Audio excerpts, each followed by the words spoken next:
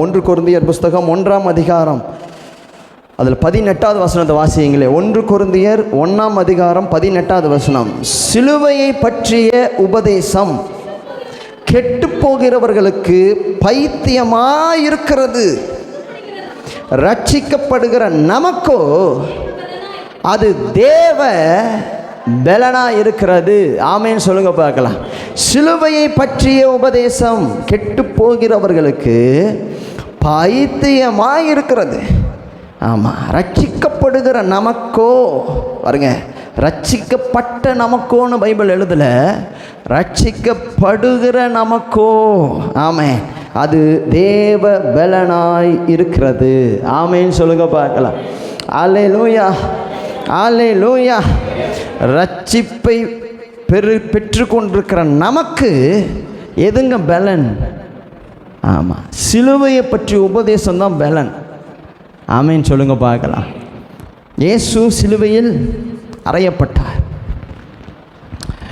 இது வருஷத்துக்கு ஒருக்கா பேச வேண்டிய செய்தி அல்ல. ஒவ்வொரு நாளும் இதை நாம் பார்க்கணும். பாருங்க, இயேசு நமக்காக சிலுவையில் தொங்கினார். சிலுவை நமக்கு புனிதத்தை தருவதில்லை. ஆமேன்னு சொல்லுங்க பார்க்கலாம்.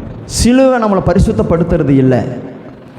நீங்கள் சிலுவையை கொண்டு உங்கள் டாலராக இங்கே தொங்க விட்டு 3 பவுன் 4 பவுனில் நீங்கள் பெரிய டாலர் போட்டு இந்த இடத்துல சிலுவையை காமிச்சா கூட அந்த பார்த்து பிசாசு பயப்படுறதே கிடையாது. ஆமேன்னு சொல்லுங்கள். ஏன் பயப்படுறதில்ல தெரியுமா? இயேசுவை சிலுவையில் அறையிறப்ப இயேசுவை மட்டும் சிலுவையில் அறையலை, கூட கல்வனுகளையும் சிலுவையில் அரைஞ்சாங்களாம். நீங்கள் எந்த சிலுவையை மாட்டிக்கிறீங்கன்னு உங்களுக்கே தெரியாது. ஆமேன்னு சொல்லுங்க பாருங்க. நீங்கள் ஏசப்பாவுடைய சிலுவையை வச்சுருக்கிறீங்களா இல்லை கல்வனுடைய சிலுவை வச்சுருக்கிறீங்கன்னா உங்களுக்கு தெரியுமா? எல்லாமே சிலுவை தான். ஆமேன்னு சொல்லுங்க பார்க்கலாம். சிலுவை நம்மை பரிசுத்தப்படுத்துவது இல்லை. சிலுவையில் அறையப்பட்ட இயேசு கிறிஸ்துவை நாம் விசுவாசிக்கிற பொழுது, அந்த உபதேசத்தை நாம் கேட்டு அதன்படி நடக்கிற பொழுது நம்முடைய வாழ்க்கையில் அது ஒரு பெரிய தேவ பலமாய் மாறுகிறது. ஆமேன்னு சொல்லுங்க பார்க்கலாம். நான் பேசுகிற எத்தனை பேருக்கு புரியுது?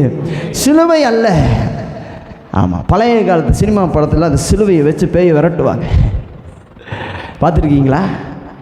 இன்றைக்கும் பாருங்கள், பயமாக இருந்துச்சுன்னா சிலுவை எடுத்து இப்படி வச்சுக்குவாங்க. ஆமாம், சிலுவை அல்லங்க, சிலுவை அல்ல. இயேசுவே நம்மை பாதுகாக்கிறவர். ஆமேன்னு சொல்லுங்க பார்க்கலாம். அல்லேலூயா. நான் பேச எத்தனை பேருக்கு புரியுது? சிலுவை இது ஒரு பெரிய ஒரு டாபிக் பாருங்கள், நிறைய விஷயங்கள் இருக்குதுல்ல பேசுனா. ஆனால் நான் சிம்பிளாக ஒரு காரியத்தை சொல்கிறேன். சிலுவையை பற்றிய உபதேசம் கெட்டு போகிறவர்களுக்கு அது பைத்தியக்காரத்தனம். பிரச்சனை போராட்டத்தின் மத்தியில் தான் இயேசு சிலுவையை சுமந்தார். ஆமாம், அதை பார்க்குறப்ப மற்றவங்களுக்கு பைத்தியக்காரத்தனமாக இருக்குது. ஆனால் உண்மையாலுமே பாருங்கள், அந்த சிலுவை தான் இயேசுவை எங்கே கொண்டு போச்சுன்னா உன்னதத்துக்கு கொண்டு போச்சு. இன்றைக்கி அவருக்கு முன்பாக கால்கள் யாவும் முடங்கும், நாவுகள் யாவும் அறிக்கையிடும்படியாக பிதாவாகிய தேவன் அவருடைய நாமத்தை மகிமைப்படுத்தினார். பாருங்க, காரணம் என்னன்னா இயேசு சிலுவையில் தன்னை ஒப்பு கொடுத்தார். ஆமேன்னு சொல்லுங்க பார்க்கலாம். இன்றைக்கி நாம் அதை குறித்து தான் தியானிக்க போகிறோம். இயேசு தன்னை ஒப்பு கொடுத்தார். சொல்லுங்க, இயேசு தன்னை ஒப்பு கொடுத்தார். அல்லேலூயா. மறுபடியும் சொல்லுங்க, இயேசு தன்னை ஒப்பு கொடுத்தார்.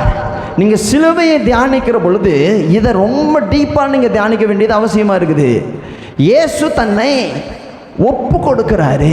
ஆமேன்னு சொல்லுங்க பார்க்கலாம். இன்றைக்கி ஒரு பெரிய செய்தி நாம் பார்க்க போகிறதில்ல, ஒரு சின்ன ஒரு செய்தி தான்.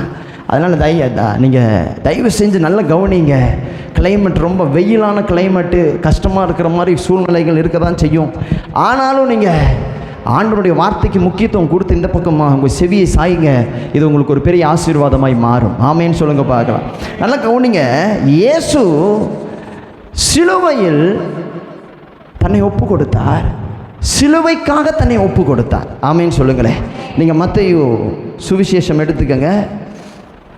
மத்தேயு 26ஆம் அதிகாரம் பைபிள் எடுத்து நீங்கள் எல்லோரும் எடுங்க பார்க்கலாம். மத்தேயு 26. ஆமாம், அதில் 38லிருந்து 39வது வசனம் வரைக்கும் வாசிங்களேன்.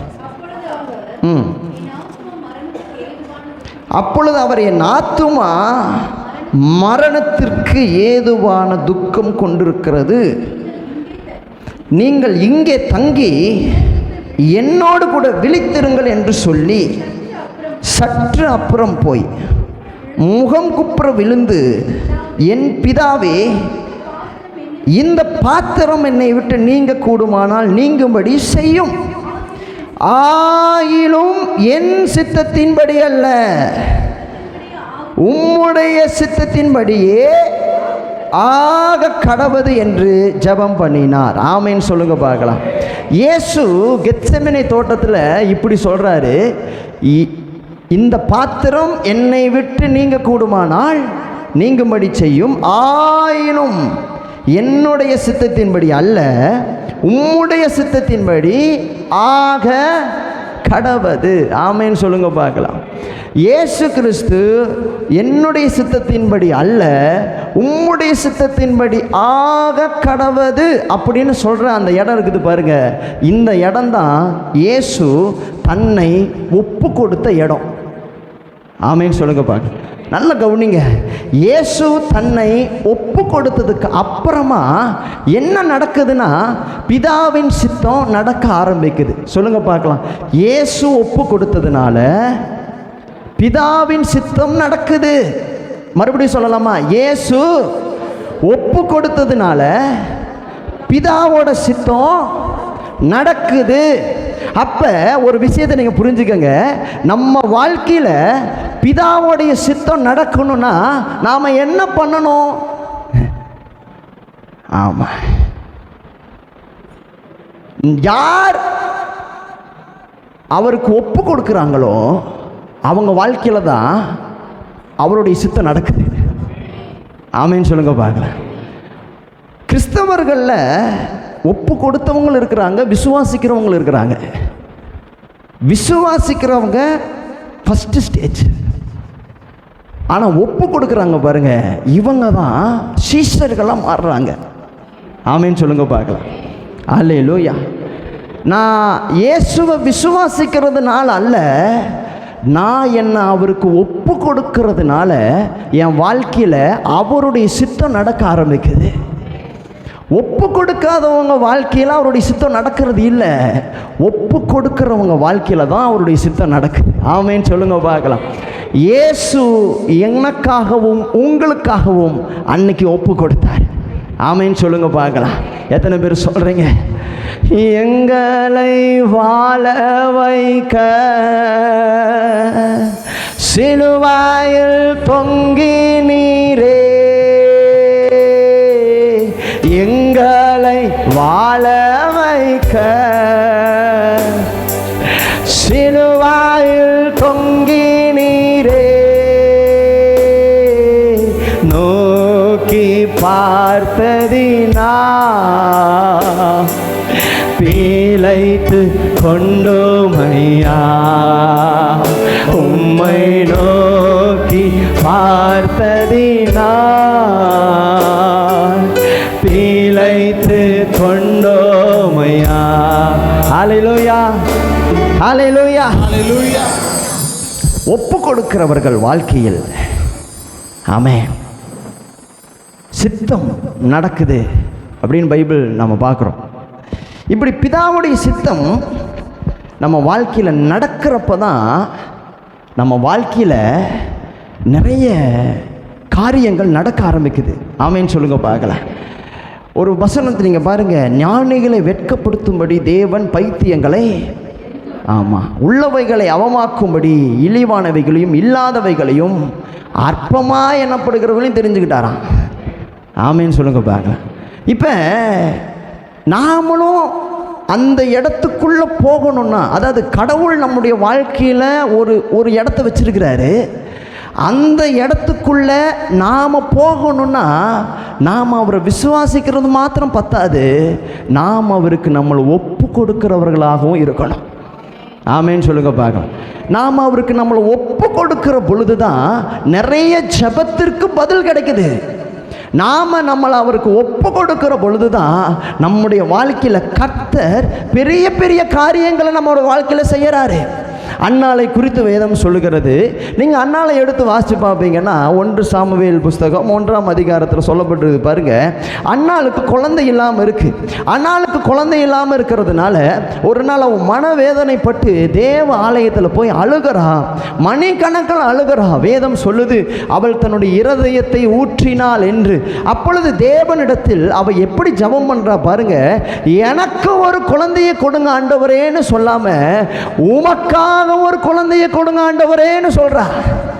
ஆமேன்னு சொல்லுங்க பார்க்கலாம். ஹல்லேலூயா. எனக்கு ஒரு குழந்தையை தாங்க ஆண்டவரேன்னு அன்னாள் சொல்லலை. இத்தனை வருஷமா அவன் எதுக்காக ஜெபம் பண்ணியிருப்பான்? எனக்கு ஒரு குழந்தையை தாங்க ஆண்டவரே, எனக்கு ஒரு குழந்தையை தாங்க ஆண்டவரே, எல்லாருக்கும் குழந்தையை தந்தீங்களே, எனக்கு ஒரு குழந்தையை தாங்க, எனக்கு ஒரு அற்புதம் செய்யுங்க, எனக்கு ஒரு விடுதலையை கொடுங்க, அப்படிதான் அன்னாள் கேட்டிருப்பா. ஆனால் இந்த 1 சாமுவேல் 1ஆம் அதிகாரத்தில் அன்னாள் தேவ ஆலயத்தில் அழுகிறப்ப அவள் எப்படி ஜெபம் பண்ணா தெரியுமா? எனக்கு கொடுக்காம உங்களுக்காக ஒரு குழந்தையை கொடுங்க ஆண்டவரே. ஆமென். இவன் இப்படி ஜெபம் பண்ணதுனால என்ன நடந்துருச்சுன்னா, இவ்வளவு நாளாய் அடைக்கப்பட்டிருந்த கர்ப்பம் இப்ப திறக்க ஆரம்பிக்குது. ஆமேன்னு சொல்லுங்க பார்க்கலாம். அப்படின்னா என்ன நடந்து தெரியுமா சிஸ்டர் பிரதர்? நம்முடைய வாழ்க்கையில சில நேரங்களில் நாம் நம்மை ஒப்பு கொடுக்கிற பொழுதுதான் நிறைய அடைக்கப்பட்ட வாசல்கள் திறக்கப்படுது. நம்முடைய வாழ்க்கையில நம்மளை அவருக்குன்னு ஒப்பு கொடுக்கிற பொழுதுதான் நம்ம வாழ்க்கையில நிறைய நன்மைகள் நம்முடைய வாழ்க்கையில வருது. ஆமென் சொல்லுங்க பார்க்கலாம். எத்தனை பேருக்கு நான் பேசுறது புரியுது? அப்ப இன்னைக்கு ஆவியானவர் நமக்கு என்ன சொல்லி தரார் அப்படின்னா, நாம நம்மளை ஒப்பு கொடுக்கிறவர்களா இருக்க வேண்டும். தேவனுடைய சித்தத்திற்காக, தேவனுடைய ராஜ்யத்திற்காக நாம் நம்மை ஒப்பு கொடுக்கிற பொழுது அவர் நம்முடைய வாழ்க்கையில் ஒரு பெரிய காரியங்களை செய்ய வல்லமையுள்ள தேவனாய் இருக்கிறார். ஹல்லேலூயா சொல்லுங்க. ஒப்பு கொடுத்தீரையா உம்மையே உலகின் ரட்சகரே உன்னத பலியாக. ஆமென். ஹல்லேலூயா. ஆமென். ஆண்டவருடைய சித்தத்திற்கு நாம் நம்மை ஒப்பு கொடுக்கும்போது நாம் அவரிடத்திலிருந்து ஆசீர்வாதத்தை பெற்றுக்கொள்வது இல்லை. இது ஒரு ஷாக்கிங்கான ஒரு தகவல் பாருங்க. நீங்கள் கடவுளிடத்தில் உங்களை ஒப்பு கொடுக்கிற பொழுது கடவுள் உங்களுக்கு ஆசீர்வாதத்தை கொடுக்கறது இல்லையா? ஆமேன்னு சொல்லுங்க பார்க்கலாம். என்ன பாஸ்டர் இப்படி ஒரு வார்த்தையை சொல்லுவீங்க நான் நினைக்கல அப்படிங்கிறீங்களா? இயேசு கிறிஸ்து தன்னை ஒப்பு கொடுத்தாரு சிலுவையில். தன்னை இயேசு கிறிஸ்து ஒப்பு கொடுத்ததுனால இயேசு கிறிஸ்துவுக்கு ஏதாவது ஒரு ஆசீர்வாதம் வந்துச்சா? சொல்லுங்க, வந்துச்சா? வரலங்க. இயேசு கிறிஸ்து ஒப்பு கொடுத்ததுனால என்ன வந்துச்சு தெரியுமா? அடி வந்துச்சு. ஆமேன்னு சொல்லுங்க பார்க்கலாம்.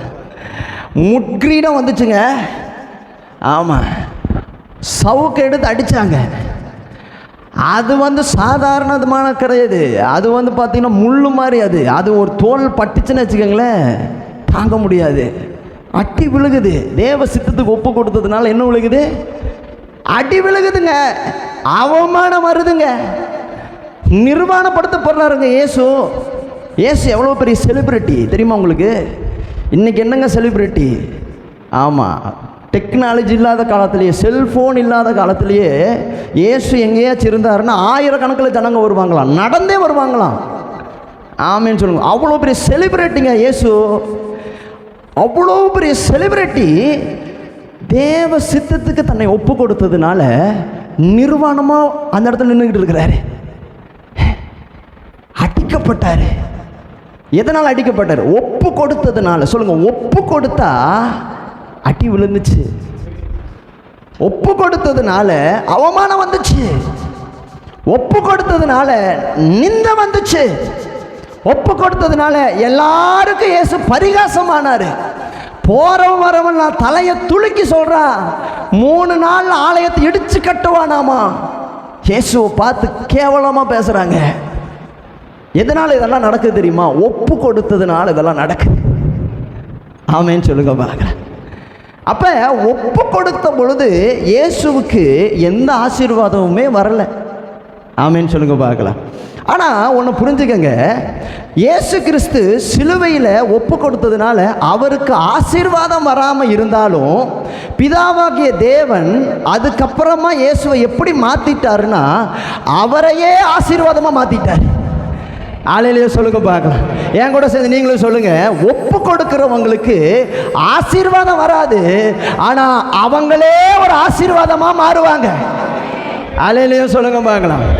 இன்னைக்கும் ஏசப்பா நமக்கு ஆசீர்வாதமாக இருக்கிறாருன்னா அன்னைக்கு அவர் ஒப்பு கொடுத்ததுனால பிதாவாகிய தேவன் எல்லா நாமத்திலும் மேலான நாமத்தை அவருக்கு தந்தருளி, அல்லேலூயா, வானத்திலும் பூமியிலும் பூமிக்கு கீழானவருடைய முழங்கால்கள் யாவும் முடங்கும்படிக்கும், அல்லேலூயா, எல்லா நாவுகளும் அறிக்கையிடும்படிக்கும் அவரை எல்லாவற்றிற்கும் மேலாக உயர்த்தி அவரை ஆசீர்வாதமாய் மாற்றினாராம். ஆமென் சொல்லுங்க பார்க்கலாம். அப்ப ஒரு விஷயத்தை நீங்க நல்லா புரிஞ்சுக்கங்க.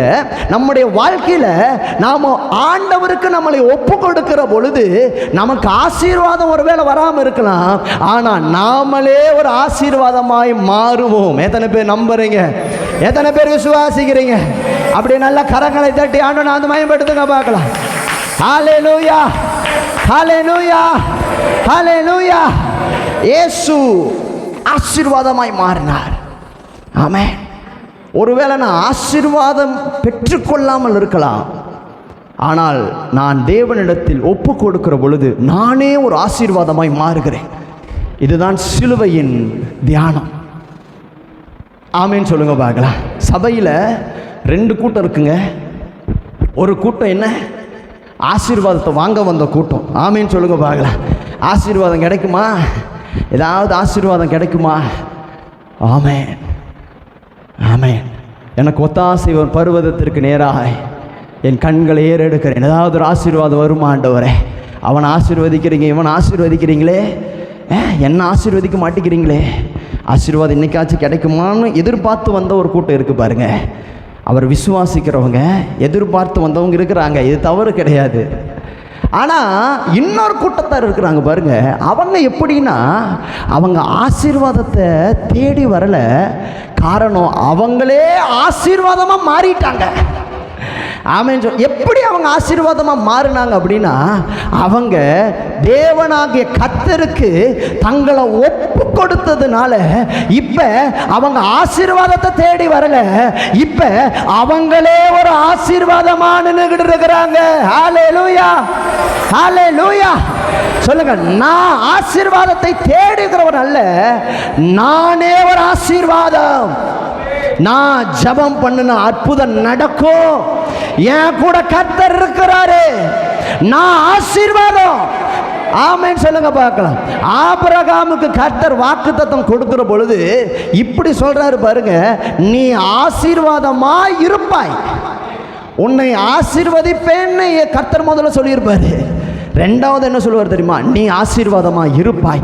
ஆசீர்வதிப்பேனுங்கிறது ஆபிரகாமுக்குரியது, ஆசீர்வாதமாக இருப்பாய்ங்கிறது நமக்குரியது. ஆமென் சொல்லுங்க பார்க்கலாம். இன்னைக்கு எத்தனை பேர் விசுவாசிக்கிறீங்க?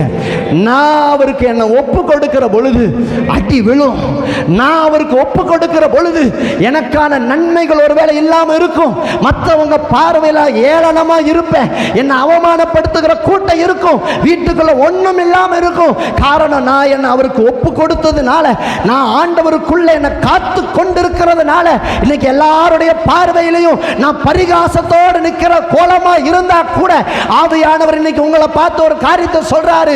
என்ன அப்படின்னா, ஒருவேளை தேவனுக்கு ஒப்பு கொடுத்ததுனால இன்னைக்கு உங்க வீட்டுக்குள்ள ஆசீர்வாதம் இல்லாம இருக்கலாம், ஆனா ஒண்ணு புரிஞ்சுக்கங்க, நீங்க அவருக்கு ஒப்பு கொடுத்ததுனால உங்களையே கர்த்தர் ஆசீர்வாதமா வச்சிருக்கிறாரே. ஹல்லேலூயா. உங்களையே கர்த்தர் ஆசீர்வாதமா வச்சிருக்கிறாரு. ஆமென் சொல்லுங்க பார்க்கலாம். ஹல்லேலூயா. சாரிபாத்துங்கிற ஒரு விதவை இருக்கிறா பாருங்க, சாகிறதுக்காக விறகு பொறுக்கிறான். விறகு பொறுக்கிட்டு இருக்கிறப்ப கர்த்தர் எலியாவுக்கு கட்டளை இடுறாரு. என்ன கட்டளை இடுறாரு? நீ சாரிபாத் ஊருக்கு போ, அங்கே ஒரு விதவையை நான் ஆயத்தப்படுத்தி வச்சிருக்கிறேன். ஆமென் சொல்லுங்க பார்க்கலாம். ஹல்லேலூயா. இந்த எலியா போகிறாரு பாருங்க. எலியா போன உடனே அந்த விதவை விறகு பொறுக்கிட்டு இருக்கிறான். எல்லாருக்கும் தெரிஞ்சது தானே, அதனால் நானே சொல்லிடுறேன். விறகு பொறுக்கிட்டு இருக்கிறது பார்த்த உடனே எலியா என்ன சொல்கிறாரு, கொஞ்சம் குடிக்க தண்ணி கொடுப்பா அப்படின்னு சொல்கிறாரு. அவன் கொண்டு போகிறதுக்கு திரும்புகிறப்ப உடனே எலியா சொல்கிறாரு, கொஞ்சம் அப்பமும் கொண்டு வாங்குறாரு. உடனே அந்த பெண் சொல்கிறா, ஆண்டவரே, நானும் என் மகனும் செத்து போகிறதுக்கு வேண்டி இந்த கொஞ்சம் மாவையும் கொஞ்சம் அந்த எண்ணெயும் வச்சிருக்கிறேன், அதை நாங்கள் சாகிறதுக்கு வேண்டி தான் விறகு பொறுக்கிக்கிட்டு இருக்கிறேன். உடனே எலியா சொல்கிறாரு, நீ சொல்கிறபடி ஆயத்தப்படுத்து, ஆனால் முதல்ல எனக்கு அதில் கொஞ்சத்தை கொடு. ஆமேன்னு சொல்லுங்க பார்க்கலாம். இவன் இப்படி எலியாவை தன்னுடைய வீட்டுக்குள்ளே சேர்த்துறா பாருங்க. இவ சேர்த்துனதுக்கு அப்புறம் என்ன நடந்துருச்சுன்னா சிஸ்டர், எலியா மூலமாக கர்த்தர் என்ன பண்ணார் தெரியுமா? சாரிபாத் விதவை வீட்டில் எண்ணெயும் மாவும் குறையாத அளவுக்கு, ஆமேன்னு சொல்லுங்க பார்க்கலாம். அப்படின்னா என்ன அர்த்தம் தெரியுமா? எலியா ஆசீர்வாதத்தை வாங்க வரல, எலியாவே ஒரு ஆசீர்வாதமா வந்து நின்றுகிட்டு இருக்கிறார். ஆமேன்னு சொல்லுங்க பார்க்கலாம். இன்னைக்கு நான் சொல்றேன், நீங்க தேவனுக்கு உங்களை ஒப்பு கொடுக்கிற பொழுது நீங்க ஆசீர்வாதத்தை வாங்குகிறவர்களாய் அல்ல, நீங்களே ஒரு ஆசீர்வாதமா இருப்பீங்க. எலியாவை போல நீங்க ஒரு வீட்டுக்குள்ள போவீங்க அப்படின்னா உங்க மூலமா அந்த வீடு ஆசீர்வதிக்கப்படும். எலியாவை போல ஒரு கம்பெனிக்குள்ள நீங்க போவீங்கன்னா உங்க மூலமா அந்த கம்பெனி ஆசீர்வதிக்கப்படும். எலியாவை போல நீங்க சொந்த பந்தங்க வீட்டுக்குள்ள போவீங்கன்னா உங்களால் அந்த சொந்த பந்த வீடுகள் ஆசீர்வதிக்கப்படும். எலியாவை மாதிரி உங்களை தேடி அநேக ஜனங்கள் வருவாங்க. காரணம், எலியா ஆசீர்வாதத்தை வாங்குகிறவன் அல்ல, எலியாவே ஒரு ஆசீர்வாதம். ஹல்லேலூயா, ஹல்லேலூயா, ஹல்லேலூயா. ஒப்பு கொடுக்கிறவர்களோடு கூட இயேசு இருப்பாராம். ஆமேன்னு சொல்லுங்க பார்க்கலாம். நீங்களும் நானும் நம்முடைய வாழ்க்கையை அவருக்கு ஒப்பு கொடுக்கிறப்ப, ஆமென், நம்முடைய வாழ்க்கையில் யார் இருப்பா தெரியுமா? இயேசு இருப்பார். ஆமேன்னு சொல்லுங்க பார்க்கலாம். ஆமேன். அதான் பவுல் இப்படி எழுதுறாரு பாருங்க, இனி நான் அல்ல, இயேசுவே. கலாத்தியர் 2ஆம் அதிகாரம் 20வது வசனத்தை அப்படியே நீங்கள் சத்தமாக வாசிங்க பார்க்கலாம். கிறிஸ்துவுடனே கூட சிலுவையில் அறையப்பட்டேன், ஆயினும் பிழைத்திருக்கிறேன். இனி நான் அல்ல, கிறிஸ்துவே எனக்குள். ஆமேன்னு சொல்லுங்க பார்க்கலாம். ஹல்லேலூயா. ஒப்பு கொடுக்கிறவங்க வாழ்க்கையில் காசு பணம் இல்லாமல் இருக்கலாம், பேர் புகழ் இல்லாமல் இருக்கலாம், ஆஸ்தி அந்தஸ்து இல்லாமல் இருக்கலாம், சொந்த பந்தங்கள் நண்பர்கள் கூட இல்லாமல் இருக்கலாம். ஆனால் ஒப்பு கொடுக்கிறவங்க கூட இயேசு இருப்பார். ஆமேன்னு சொல்லுங்க பார்க்கலாம். இயேசு எந்த மனுஷன் கூட இருக்கிறாரோ அந்த மனுஷன் ஆசீர்வாதத்தை வாங்குகிறவன் இல்லை, அந்த மனுஷன் ஆசீர்வாதமான மனுஷன். ஆமேன்னு சொல்லுங்க பார்க்கலாம். ஹல்லேலூயா. என் கூட இயேசு இருக்க இருக்க இருக்க நானே ஒரு ஆசீர்வாதமாய் மாறுகிறேன். எத்தனை பேர் அதை நம்புறீங்க? என் கூட சேர்ந்து நீங்களும் சொல்லுங்க. இனி நான் அல்ல, இயேசுவே என்னில் வாழ்கிறார். இனி நான் அல்ல, இயேசுவே என்னில் வாழ்கிறார். இனி நான் அல்ல, இயேசுவே என்னில் வாழ்கிறார். இனி நான் அல்ல, இயேசுவே வாழ்கிறார். ஹல்லேலூயா. அடி விழுகுதா பிரதர்? அடி விழுகுதா சிஸ்டர்? கவலைப்படாதீங்க, அடி விழுகும். ஆமேன்னு சொல்லுங்க. ஏன் அடி விழுகுது? ஒப்பு கொடுத்துருக்குறீங்க, ஒப்பு கொடுத்துருக்குறீங்க.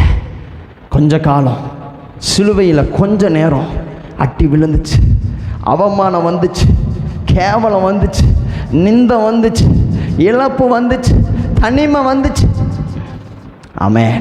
ஆனால் கடைசி வரைக்கும் கர்த்தருக்கு தன்னை ஒப்பு கொடுத்து, நீங்கள் தான் ஆண்டவரே, எனக்கு எல்லாம் உங்களை தான் நான் நம்பி இருக்கிற ஆண்டவரேன்னு ஒரு மனுஷன் கடைசி வரைக்கும் தன்னை கர்த்தருக்குன்னு ஒப்பு கொடுத்து உண்மையாக தேவனை பிடிச்சிக்கிட்டு இருப்பான் அப்படின்னா அந்த மனுஷனுடைய வாழ்க்கையில் கர்த்தர் ஆசீர்வாதத்தை கொடுக்கறது இல்லை, அந்த மனுஷனையே கர்த்தர் ஆசீர்வாதமாய் மாற்றுகிறார். ஆமேன்னு சொல்லுங்க பார்க்கலாம். இன்னைக்கு ஆவியானவர் இந்த வார்த்தையை கொண்டு உங்களோடு கூட பேச விரும்புகிறார். நீங்கள் தேவனுக்கு உங்களை ஒப்பு கொடுங்க, நீங்கள் கர்த்தருக்கு உங்களை ஒப்பு கொடுங்க. சில காரியங்கள் உங்கள் வாழ்க்கையில் தடைப்பட்டு இருக்குது அப்படின்னா அப்படின்னா நான் விசுவாசிக்கிறேன், ஒருவேளை நீங்கள் ஒப்பு கொடுக்காத பர்சனாக இருக்கலாம். ஒருவேளை நீங்கள் ஆண்டவருக்கு உண்மையாக முழுசாக உங்களை ஒப்பு கொடுக்காம நீங்கள் அறகுறையா விசுவாசத்தோடு நீங்கள் இருக்கிறவங்களா இருக்கலாம். இன்னைக்கு ஆவியானவர் என்ன சொல்லி தராருன்னா, நீங்கள் ஆண்டவருக்குன்னு உங்களை ஒப்பு கொடுக்க ஆரம்பிங்க. இனி நான் அல்ல, கிறிஸ்துவே என்னில் வாழுவார் அப்படின்னு கர்த்தருக்குள்ள உங்களை ஒப்பு கொடுப்பீங்க அப்படின்னா ஆண்டவர் உங்களை ஆசீர்வதிக்கிறவர் அல்ல, உங்களையே அநேகருக்கு ஆசீர்வாதமாய் மாற்றி உங்க பேரை பெருமைப்படுத்தி உங்களை கர்த்தர் பெரிய காரியங்களை செய்ய அவர் வல்லமை உள்ளவராய் இருக்கிறார். எத்தனை பேர் அதை நம்புறீங்க?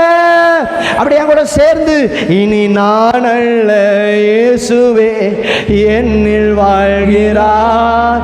இனி நான் அல்ல, இயேசுவே என்னில் வாழ்கிறார். இனி நான் அல்ல, இயேசுவே. அப்படி இருதயத்தின் ஆழத்திலிருந்து ஒப்பு கொடுத்தான். எத்தனை பேர் சொல்றீங்க என்னில் வாழ்கிறார்? ஹல்லேலூயா. யோசேப்பை குறித்து வேதம் சொல்லுகிறது, யோசேப்பு அவனுடைய சகோதரர்கள் எல்லாரும் அவனை தூக்கி குழியில் போட்டாங்களாம். ஆமேன்னு சொல்லுங்க. யோசேப்பு என்னங்க தப்பு பண்ணா? ஒரு தப்புமே பண்ணலைங்க, உண்மையாக இருந்தாங்க. அதுதாங்க அவன் பண்ண தப்பு. ஆமேன்னு சொல்லுங்க பார்க்கலாம். உண்மையாக இருந்தான் பாருங்க, அப்பாவுக்கு உண்மையாக இருந்தான், கடவுளுக்கு உண்மையாக இருந்தான் பாருங்க. மற்றவங்க கூட சேரலைங்க அவன். ஆமாம், அண்ணனுங்கெல்லாம் பாருங்கள், அப்பாவுக்கு தெரியாமல் ஆடு மேய்க்கிறதுக்கு அப்பா அனுப்புனா இந்த அண்ணன்மார்கள்லாம் என்ன பண்ணுறாங்க, 10 பேரும் யாக்கோபுக்கே தெரியாமல் ஆட்டை அடித்து சாப்பிட்டு அவங்க அப்பா கிட்ட என்ன சொல்கிறாங்கன்னா, சிங்கம் கடிச்சிருச்சு, வேட்டையாடுற ஏதோ ஒரு மிருகம் வந்து கடிச்சிருச்சு, கொன்றுச்சு, அப்படியெல்லாம் கதை விடுறாங்க. ஆனால் யோசேப்பு மட்டும் பாருங்கள், தன்னுடைய அப்பாவுக்கு உண்மையாகவே இருக்கிறான். அவன் போய் சொல்லி தந்துடுறான் பாருங்க, இல்லை இல்லைப்பா இவங்க தான் சாப்பிட்டாங்க அப்படின்னு சொல்கிறான் பாருங்க. உண்மையாக இருக்கிறாங்க, நல்ல மனுஷங்க. அவன் உண்மையாக இருந்தது தப்பு கிடையாது. ஆனால் இவங்க முன்னாடி உண்மையாக இருந்த பாருங்க, அதான் பெரிய தப்பு பாருங்க. தூக்கி குழியில் போட்டாங்க. ரொம்ப கஷ்டம். யோசேப்பு தப்பே பண்ணாமல் குழிக்கு போகிறான், சிறைக்கு போகிறான். அங்கே போனால் போர்த்திபார் மனைவி, அங்கேயும் யோசேப்பு தப்பே பண்ணலை, அங்கேயே கொண்டு போய் சிறையில் தூக்கி போடுறாங்க பாருங்க. இது எல்லாமே யோசேப்பு பண்ண தப்புனால நடக்கலை. ஆனால் அவன் வாழ்க்கையில் இதெல்லாம் நடக்குது பாருங்க. நம்ம நினைக்கலாம் நிறைய நேரத்தில் நம்ம ஆண்டவரை தான் ஆராதிக்கிறோம், ஏன் என் வாழ்க்கையில் இப்படியே ஆப்போசிட்டாகவே நடக்குது? யோசேப்புக்கு அப்படி தான் நடந்துச்சு பாருங்க. ஆனால் யோசேப்பு புலம்பலை. அவன் என்ன பண்ணான் தெரியுமா? என்ன நடந்தாலும் தன்னை கர்த்தருக்கு ஒப்பு கொடுத்து கொண்டே இருந்தான். ஆமேன்னு சொல்லுங்க பார்க்கலாம். பிரச்சனைகள் வர்றப்ப நீங்கள் உங்களை கடவுளுக்கு ஒப்பு கொடுத்துருங்க. அடி விழுகிறப்ப நீங்கள் சொல்லுங்கள், உங்களுக்காக நான் ஏற்றுக்கிறேன் ஆண்டவரே. நீங்கள் ஆண்டவருக்கு ஒப்பு கொடுங்க. ஒரு இடத்துல ஒரு சூழ்நிலை மாறுதா, உங்கள் கண் அது பார்க்குதா, உடனே நீங்கள் ஒரு டிசைட் பண்ணாதீங்க, நீங்கள் யோசிக்காதீங்க, நீங்கள் ஒரு காரியத்துக்குள்ளே போகாதீங்க. நீங்கள் முதல்ல ஒரு காரியத்தை பண்ணுங்கள், முழங்கால் படிட்டு ஆண்டவர்கிட்ட சொல்லுங்கள், நான் இதை உங்கள் கையில் ஒப்பு கொடுக்குறேன் ஆண்டவரே, என்னுடைய சித்தத்தின்படி அல்ல உம்முடைய சித்தத்தின்படியே ஆக கடவுள். இப்படி நீங்கள் தேவ சமூகத்தில் உங்களை ஒப்பு கொடுப்பீங்க அப்படின்னா பிரச்சனைகள் வரதான் செய்யுது. ஆனால் ஒரு கட்டத்தில் யோசேப்பினுடைய வாழ்க்கை எப்படி மாறுதுன்னு பார்த்தீங்கன்னா, ஆண்டவர் அவனை ஆசீர்வதித்தார் என்று சொல்லலை, ஆண்டவர் யோசேப்பையே ஒரு ஆசீர்வாதமாய் மாற்றினார்னு சொல்லுது. ஆமேன்னு சொல்லுங்க பார்க்கலாம். அல்லேலூயா. எங்கெங்கே இருந்தோ தேசத்தில் இருந்தவங்கெல்லாம் வந்து யோசேப்புக்கு முன்னாடி முழங்கால் படிட்டு மண்டிட்டு அவனை வணங்குனாங்களாம். ஏன் அவனை வணங்குனாங்க தெரியுமா? ஏன் வணங்குனாங்கன்னா, யோசேப்பு இப்போ ஆசீர்வாதமாய் மாறிட்டான். ஆமேன்னு சொல்லுங்க பார்க்கலாம். தூக்கி குழியில் போட்டாங்க பாருங்க அண்ணன் தம்பிங்க. இவங்களும் என்ன பண்ணுறாங்க, யோசேப்புக்கு முன்னாடி முழங்கால் படியிட்டு மண்டிட்டு வணங்குறாங்க. அப்படின்னா என்ன அர்த்தம் சிஸ்டர்? நம்மளை கர்த்தருக்குன்னு ஒப்பு கொடுக்கிற பொழுது தேவன் நம்முடைய வாழ்க்கையில் ஆசீர்வாதத்தை கொடுக்கல, ஆனால் நம்மளையே ஒரு ஆசீர்வாதமாய் மாற்றுவார். எத்தனை பேர் நம்புறீங்க? இன்னைக்கு வர்ற இந்த பிரச்சனையில் நீங்கள் ஆண்டவருக்கு உங்களை ஒப்பு கொடுத்து கொண்டே இருங்க. நீங்கள் சொல்லுங்க, இனி நான் அல்ல இயேசுவே நீரே என்னை ஆளுகை செய்யுங்கன்னு சொல்லுங்க. என் சித்தத்தின்படி அல்லப்பா, உங்க சித்தத்தின்படி நடக்கட்டாப்பா. நான் முழுமையா என்னை ஒப்பு கொடுக்கிறேன்ப்பா, என்னை முழுமையாய் தாழ்த்துறேன்ப்பா. நீங்க எனக்கு பதிலாய் பேசுங்கப்பா, நீங்க எனக்கு பதிலாய் கிரியை செய்யுங்கப்பா. நீங்க என்ன சொன்னாலும் நான் செய்யற ஆண்டவரே, நீங்க என்ன வாழ்க்கையில் அனுமதிச்சாலும் அதை நான் அப்படியே ஏத்துக்கிற ஆண்டவரே. காரணம் என்ன? நான் உங்களுக்கு ஒப்பு கொடுக்கிற ஆண்டவரே, நீங்க தான் என்னுடைய எல்லான்னு சொல்லி ஆண்டவர் சமூகத்தில் அப்படியே ஒரு நிமிடம் கண்களை மூடி அப்படியே கைகளை உயர்த்தி சொல்லுங்க பார்க்கலாம்.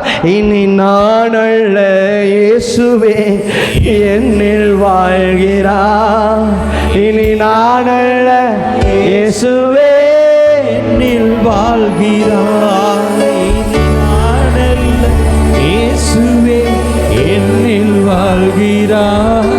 இனி நான் அல்ல, இயேசுவே என்னில் வாழ்கிறார். அல்லேலூயா, அல்லேலூயா. ஆவியானவர் நமக்கு இன்னைக்கு இதை தான் கற்றுக் கொடுக்க விரும்புகிறாரு. சித்தத்திற்கு ஒப்பு கொடுக்கும் போது அடிகள், அவமானங்கள், நிந்தைகள், தனிமைகள், நிர்வாணங்கள், பழி சொற்கள் எல்லாமே வரலாம் பாருங்க.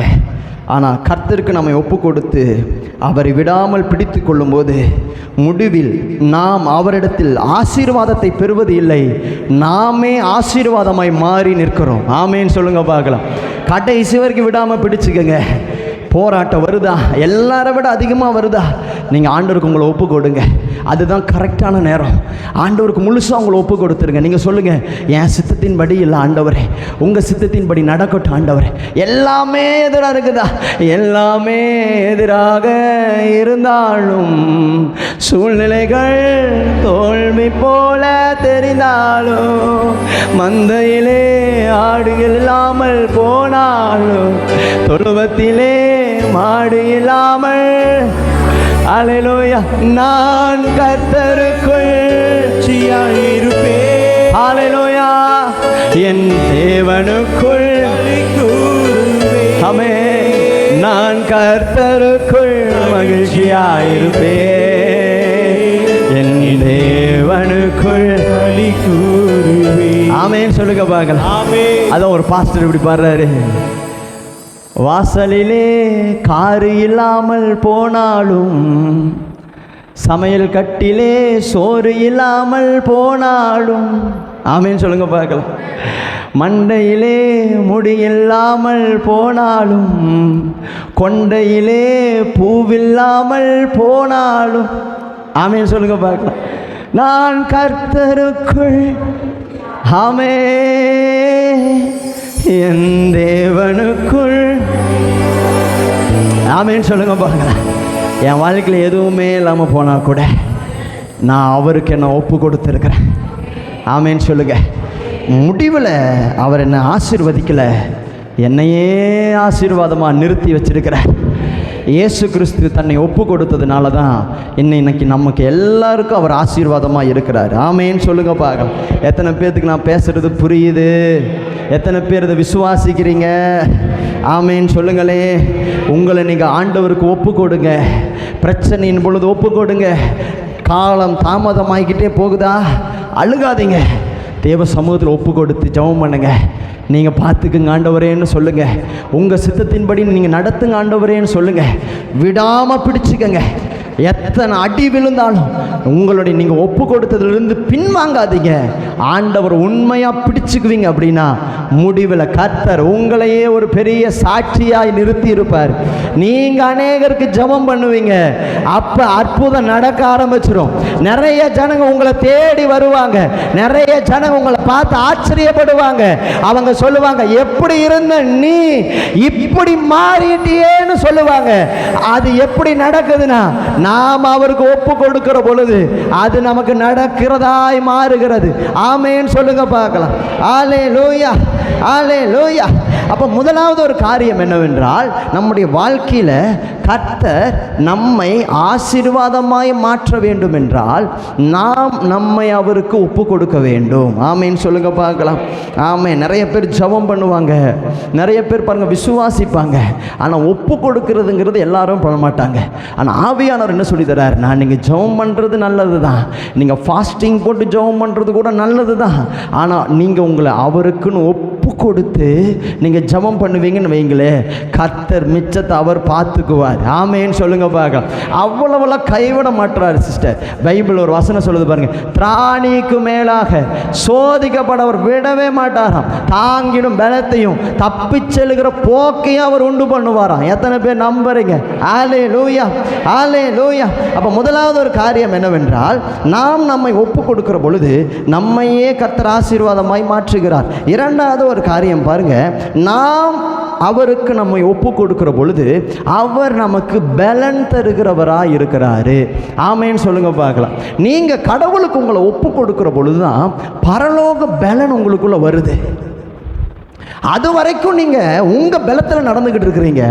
ஆனா நீங்க அவருக்கு உங்களை ஒப்பு கொடுக்கிற பொழுதுதான் பரலோக பலத்தில் நீங்க நடக்க ஆரம்பிக்கிறீங்க. ஆமேன்னு சொல்லுங்க பார்க்கலாம். பவுல் சொல்றாரு பிலிப்பியர் 4:13, என்னை பலப்படுத்துகிற கிறிஸ்துவினாலே எல்லாவற்றையும் செய்ய எனக்கு பலன் உண்டு. ஆமேன்னு சொல்லுங்க பார்க்கலாம். ஆண்டவர் இன்றைக்கு நம்மளை பார்த்ததை தான் சொல்ல விரும்புகிறார். என்னால் தாங்க முடியலையே ஆண்டவரே நீங்கள் சொல்லுவீங்க அப்படின்னா, ஆவியானவர் சொல்லித்தர்றது தான், நீங்கள் உங்களை ஆண்டவருக்கு ஒப்பு கொடுங்க. ஆண்டவரை சொந்த ரட்சகராக ஏற்றுக்கொண்டிருக்கிற நீங்கள் உங்களை கர்த்தருக்கு ஒப்பு கொடுக்க நீங்கள் தயங்கக்கூடாது. ஆமேன்னு சொல்லுங்க பார்க்கலாம். சில பேர் ஆண்டவரை சொந்த ரட்சகராக ஏற்றுக்கொள்கிறாங்க, ஆனால் அவங்கள கர்த்தருக்கு கொடுக்கறதுக்கு தயங்குறாங்க. ஆமேன்னு சொல்லுங்களேன். ஆனால் ஆவியானவர் என்ன சொல்லி தராருன்னா, நாம் அவரை ஏற்றுக்கொள்வது மாத்திரம் அல்ல, நம்மளை அவருக்கு கொடுப்பது தான் உண்மையான ஒப்பு கொடுத்தல். அதுதான் உண்மையான ரட்சிப்பு. அந்த இடத்துல தான் தேவ பலன் கிரியை செய்யுது. அந்த இடத்துல தான் கர்த்தர் பெரிய பெரிய காரியங்களை செய்கிறார். ஆமேன்னு சொல்லுங்க பார்க்கலாம். நாம் அவரை ஏற்றுக்கொண்டு நம்மளை வேற ஒருத்தவங்களுக்கு கொடுத்துட்டு உட்கார்ந்துக்கிட்டு இருக்கிற வரைக்கும் நம்ம வாழ்க்கையில் நிறைய நன்மைகள் இழந்து போய் கொண்டே இருக்க வேண்டிய ஒரு சூழ்நிலைக்குள்ள நம்ம மாறுகிறவர்களாய் மாறுறோம் பாருங்க. ஆமேன்னு சொல்லுங்களேன். பாருங்க, மத்தேயு புஸ்தகம் நீங்க 26ஆம் அதிகாரம் 38வது வசனம் 39வது வசனத்தை வாசிங்களே. என் ஆத்துமா மரணத்திற்கு ஏதுவான துக்கம் கொண்டிருக்கிறது, நீங்கள் இங்கே தங்கி. ஆமென். இயேசு துக்கத்தோடு இருக்கிறார். சொல்லுங்க, துக்கத்தோடு இருக்கிறார்.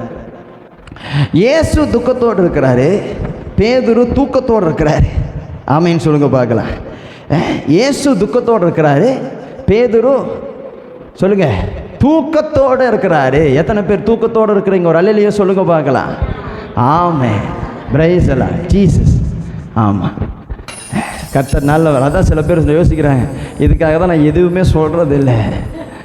ஆமாம், தேங்க்யூ அப்பா. பாருங்க, நம்ம வாழ்க்கையில் ஆண்டவர் நமக்கு சொல்லி தர்றது என்னன்னா, நாம் நம்மளை ஒப்பு கொடுக்கிற பொழுது அவர் நம்மை பலப்படுத்துகிறாராம். ஆமென். இந்த மத்தேயு புஸ்தகம் 26ஆம் அதிகாரம் 38வது வசனம் சொல்லப்பட்டிருக்கு பாருங்க. மரணத்திற்கு ஏதுவான துக்கம் கொண்டிருக்கிறது, நீங்கள் இங்கே தங்கி என்னோடு கூட விழித்திருங்கள் என்று சொல்லி சற்று அப்புறம் போய் முகம் குப்புற விழுந்து, என் பிதாவே, இந்த பாத்திரம் என்னை விட்டு நீங்க கூடுமானால் நீங்கும்படி செய்யும், ஆயிலும் என் சித்தத்தின்படி அல்ல உம்முடைய சித்தத்தின்படி ஆக கடவது என்று ஜபம் பண்ணினார். ஆமேன்னு சொல்லுங்க பார்க்கலாம். அப்போ பைபிளில் ஒரு வசனம் சொல்லுது பாருங்க, துக்கம் மாற இயேசு என்ன பண்ணார்? ஜபம் பண்ணினார். சொல்லுங்க, துக்கம் மாறணும்னா ஜபம் பண்ணணும். சொல்லுங்க, துக்கம் மாறணும்னா நீங்கள் சொன்னீங்கன்னா கர்த்தர் உங்களை ஆசீர்வதிப்பார். சொல்லுங்க, துக்கம் மாறினா ஆமாம் ஜபம் பண்ணணும். சொல்லுங்க, துக்கம் மாறணும்னா ஜபம் பண்ணணும். பக்கத்தில் இருக்கவங்க கைப்பிடி சொல்லுங்க, பரவாயில்ல சொல்லுங்க, உங்கள் துக்கம் மாறணும்னா ஜபம் பண்ணணும். சொல்லுங்க, துக்கம் மாறணும்னா நீ ஜபம் பண்ணணும். ஜபம் பண்ணலன்னா ஆமாம் துக்கம் மேலே துக்கம் வந்துடும். அப்போ ஜபம் பண்ணுறவங்களுக்கு துக்கம் மாறுது. ஆமேன்னு சொல்லுங்க பார்க்கலாம். ஆமேன். இயேசு கிறிஸ்து துக்கத்தோடு இருக்கிறப்ப அவர் ஏதாவது ஒரு வெளியில் எங்கேயாச்சும் போயிட்டு வரலாமா, இல்லை ஏதாவது டிப்ரெஷனாக இருக்குது, வெளியே எங்கேயாச்சும் யாராச்சும் கூட பேசிட்டு வரலாமான்ட்டு வெளியில் போகலைங்க. செல்ஃபோன், இன்றைக்கெல்லாம் நமக்கு செல்ஃபோன் இருக்கிற மாதிரி அன்னைக்கு செல்ஃபோனை தேடி போகலைங்க. அன்னைக்கு மதுபானத்தை தேடி போகலைங்க, திராட்சை ரசத்தை தேடி போகலைங்க. இயேசு என்ன பண்ணுறாரு பாருங்க, துக்கமாக இருக்கிறப்ப ஜபம் பண்ணுறாரு. என்னங்க இது? ஜபம் பண்ணால் என்னங்க நடக்கும்? நீங்கள் ஜபம் பண்ணுனா உங்களோட துக்கம் மாறிடும். ஆமேன்னு சொல்லுங்க பார்க்கலாம். இயேசு கிறிஸ்துவுடைய துக்கம் மாற அவர் வெளியில் போய் சுற்றிட்டுல, அவர் முழங்கால் படியிட்டு ஜபம் பண்ணினார். ஆமேன்னு சொல்லுங்க பார்க்கலாம். அல்லேலூயா. சில ஜபங்களுக்கு தேவன் பலன் கொடுக்கிறாரு, சில ஜெபங்களுக்கு தேவன் பலன் கொடுக்கிறார். ஆமேன்னு சொல்லுங்க பார்க்கலாம். நான் பேசுறது எத்தனை பேருக்கு புரியுது? சில ஜெபங்களுக்கு தேவன் பலன் கொடுப்பாரு, சில ஜெபங்களுக்கு தேவன் பலன் கொடுப்பாரு. இயேசு இந்த இடத்துல பண்ணின அந்த ஜெபம் இருக்குது பாருங்க, மத்தேயு 23ஆம் அதிகாரம். இதில் நீங்க கெத்செமனே தோட்டத்தில் பண்ண ஜெபம் இருக்குது பாருங்க. 3 முறை ஜெபம் பண்றாரு. என்ன ஜெபம் பண்றாரு? அவரு தேவனிடத்துல போய் சொல்றாரு, என் சித்தத்தின்படி அல்ல உம்முடைய சித்தத்தின்படி ஆக கடவுது. மறுபடியும் பேதுரு கிட்ட வராரு, பேதுருவை தட்டி விடுறாரு, மறுபடியும் போய் ஜெபம் பண்றாரு, மறுபடியும் வந்து நிற்கிறாரு, மறுபடியும் 3 விசை ஜெபம் பண்றாரு. சொல்லுங்க, 3 விசை ஜெபம் பண்ணி கூட இந்த ஜெபத்திற்கு எந்த பலனுமே இல்லை. ஆமீன் சொல்லுங்க பார்க்கலாம். ஏசப்பா பண்ண ஜெபத்திற்கு பலன் இல்லாமல் போகுமா? பலன்னா என்ன? நாம் பண்ணுற ஜெபத்திற்கு ஏதாவது ஒரு பதில் கிடைக்கிறது தான் பலன். இல்லை, நான் பண்ணுற ஜெபத்திற்கு எந்த பலனுமே இல்லைன்னா யாராச்சும் ஜெபம் பண்ணுவாங்களா? நீங்கள் சொல்லுங்கள். ஜெபம் பண்ணால் ஏதாவது பிரச்சனை மாறணும், ஜெபம் பண்ணால் ஏதாவது ஒரு அற்புதம் நடக்கணும். ஜெபம் பண்ணுறதே எதுக்காக? நாம் பிரச்சனை மாறணுங்கிறதுக்காக தான் ஜெபம் பண்ணுறோம். ஏசப்பா ஜெபம் பண்ணி ஒரு பிரச்சனையுமே மாறலை, ஒரு பலனுமே இல்லை அந்த ஜெபத்தில். ஆனாலும் அவர் ஜெபம் பண்ணுறாரு. ஆமேன்னு சொல்லுங்க பார்க்கலாம். நீங்கள் யோசிச்சு பாருங்களேன், இந்த 3 விசை ஜெபம் பண்ணுறாருல்ல. ஒருத்தர் செத்து போய் 4 நாள் ஆச்சுங்க, ஒரே ஜெபம். லாசருவை வெளியே வாங்குறாரு, வெளியில் வந்துட்டான். திராட்சை ரசம் தண்ணியை திராட்சை ரசமாக மாற்றுறதுக்கு அவர் பெருசாக போய் முழங்கால்லாம் போட்டு ஜெபம் பண்ணல, சிம்பிளாக பண்ணுறாரு. 2 மீன் 5 அப்பத்தை அப்படியே அண்ணாந்து பார்த்து ஒரு சின்ன ஜெபம் தான், உடனே அற்புதம் நடக்குது, பலன் வருது பாருங்க. ஆனால் கெத்செமனே தோட்டத்தில் 3 டைம் ஜெபம் பண்ணி கூட ஒரு பலனுமே இல்லைங்க.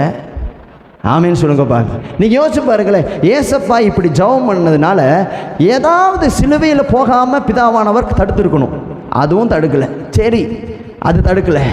இல்லை சாட்டை அடியாச்சு தடுத்துருக்கணும், அதையும் தடுக்கலை. ஜெபம் பண்ணதுனால சரி முட்கிரீடமாச்சு வைக்காமல் இருந்திருக்கணும், அதுவும் பிதா தடுக்கலை. சரிப்பா, ஒரு கெட்ட வார்த்தை பேசி பரிகாசம் பண்ணுறானுங்க, அதையாச்சும் பிதாவானவர் தடுத்துருக்கலாம்ல, அதையும் தடுக்கலை. அப்போ இயேசு கிறிஸ்து 3 டைம் ஜெபம் பண்ணியும் அவருக்கு இந்த ஜெபத்தில் ஒரு பலனுமே இல்லைங்க. ஆமேன்னு சொல்லுங்க பாருங்க. ஆனால் நல்லா கவனிங்க, இயேசு கிறிஸ்து 3 டைம் ஜெபம் பண்ணி அவருக்கு பலன் இல்லாமல் போனாலும் அவருக்கு என்ன கிடைச்சிச்சுன்னா பலன் கிடைச்சிச்சு. ஆமேன்னு சொல்லுங்க பார்க்கலாம். ஹல்லேலூயா. இன்னைக்கு எத்தனை பேர் இது விசுவாசிக்கிறீங்க? நம்முடைய வாழ்க்கையில் சில ஜெபங்களுக்கு தேவன் பலன் கொடுக்கிறாரு, ஆனால் சில ஜெபங்களுக்கு தேவன் பலன் கொடுக்கிறாரு. இயேசு இந்த இடத்துல பலனை எதிர்பார்த்து ஜெபிக்கல. இயேசுவுக்கு தெரியும் இது எல்லாமே பிதாவுடைய சித்தம். நான் சிலுவைக்கு போன அடி விழுகும், நான் சிலுவைக்கு போனா முட்கிரீடம் வைப்பாங்க, நான் சிலுவைக்கு போனா பரிகாசம் பண்ணுவாங்க, நான் சிலுவைக்கு போனா நிர்வாணப்படுத்துவாங்க, நான் சிலுவைக்கு போனா எல்லாரும் என்னை விட்டு ஓடி போயிடுவாங்க, நான் தனியா இருக்க வேண்டிய சூழ்நிலை வரும். எல்லாமே இயேசுவுக்கு தெரியும். ஆனாலும் இயேசு ஏன் ஜெபம் பண்றாரு தெரியுமா? ஏன்னா அவர் பலன் வரும்னு ஜெபம் பண்ணல, பலன் வரும்னு ஜெபம் பண்ணாரு. ஆமென் சொல்லுங்க பார்க்கலாம். சில ஜெபங்களுக்கு தேவன் பலன் கொடுக்கிறாரு, ஆனா சில ஜெபங்களுக்கு தேவன் பலன் கொடுக்கிறவராய் இருக்கிறார். ஆமென் சொல்லுங்க பார்க்கலாம். பிதாவுக்கு தன்னை ஒப்பு கொடுத்ததுனால இயேசுவுக்கு தேவன் பலனை கொடுத்தார். இன்னைக்கு எத்தனை பேர் விசுவாசிக்கிறீங்க? நம்முடைய வாழ்க்கையிலையும் சில காரியங்கள் நம்முடைய வாழ்க்கையில் நடக்காமலே இருக்குதுல்ல. நீங்க யோசிக்கிறீங்களா, ஜெபம் பண்ணி என்னத்தை நான் கண்டேன், என் வாழ்க்கையில் எந்த மாற்றமுமே இல்லை, வருஷங்கள் போனதுதான் மிச்சம், எதுவுமே மாறின மாதிரி தெரியல, பேசாம நான் ஜெபத்தை நிறுத்திட்டுமா பாஸ்டர் நீங்க சொல்லுவீங்கன்னா நான் சொல்றேன், இல்ல சிஸ்டர், இன்னும் அதிகமா நீங்க ஜெபம் பண்ணுங்க. காரணம், சில ஜெபங்களுக்கு கர்த்தர் பலன் கொடுப்பார், ஆனால் சில ஜெபங்களுக்கு தேவன் பலனை கொடுப்பார். ஹல்லேலூயா. எத்தனை பேர் இதை விசுவாசிக்கிறீங்க? எத்தனை பேர் இதை நம்புறீங்க? நல்ல கரங்களை தட்டி அப்பா நாமத்தை அப்படியே மகிமைப்படுத்துங்க பார்க்கலாம். ஹல்லேலூயா, ஹல்லேலூயா. உங்களோட பிரச்சனை வேற யாராச்சும் வந்திருந்துச்சுன்னா அவங்க எல்லாரும் விட்டுட்டு ஓடி இருப்பாங்க. உங்கள் பிரச்சனை மட்டும் வேறு யாராச்சுக்கு வந்திருந்ததுன்னா சூசைட் பண்ணி செத்து போயிருப்பாங்க. உங்கள் பிரச்சனை மட்டும் வேறு யாராச்சுக்கு வந்திருந்தா பின்மாற்றத்துக்குள்ளே போயிருப்பாங்க. ஆனால் உங்கள் வாழ்க்கையில் இவ்வளவு பெரிய பிரச்சனை வந்தும் நீங்கள் இன்றைக்கும் அதில் நிலச்சிருக்கிறது காரணம் என்ன நினைக்கிறீங்க? உங்கள் ஜெபத்திற்கு ஒருவேளை பலன் இல்லாமல் இருந்திருக்கலாம், நீங்கள் பண்ண ஜெபத்திற்கு எந்த பதிலுமே கிடைக்காம இருந்திருக்கலாம். ஆனால் நீங்கள் ஜெபம் பண்ணுறப்ப தேவன் உங்களுக்கு பலனை கொடுக்கல, அவரோட பலனை கொடுத்தாரே. ஆமென் சொல்லுங்க பார்க்கலாம். அவர் பலன் என் மேல இருந்ததுனால தான் இப்பவும் நான் இந்த பிரச்சனையின் மத்தியில கர்த்தருக்காக வைராக்கியமா நிக்கிறேன். ஆமென் சொல்லுங்க பார்க்கலாம். அவர் பலன் மட்டும் என் மேல இல்லாம போயிருந்தா நான் என்னைக்கோ விட்டுட்டு ஓடி இருப்பேன். ஆனா நான் ஜெபிக்க ஜெபிக்க என் ஆண்டவர் என்னை பலப்படுத்துகிறார்.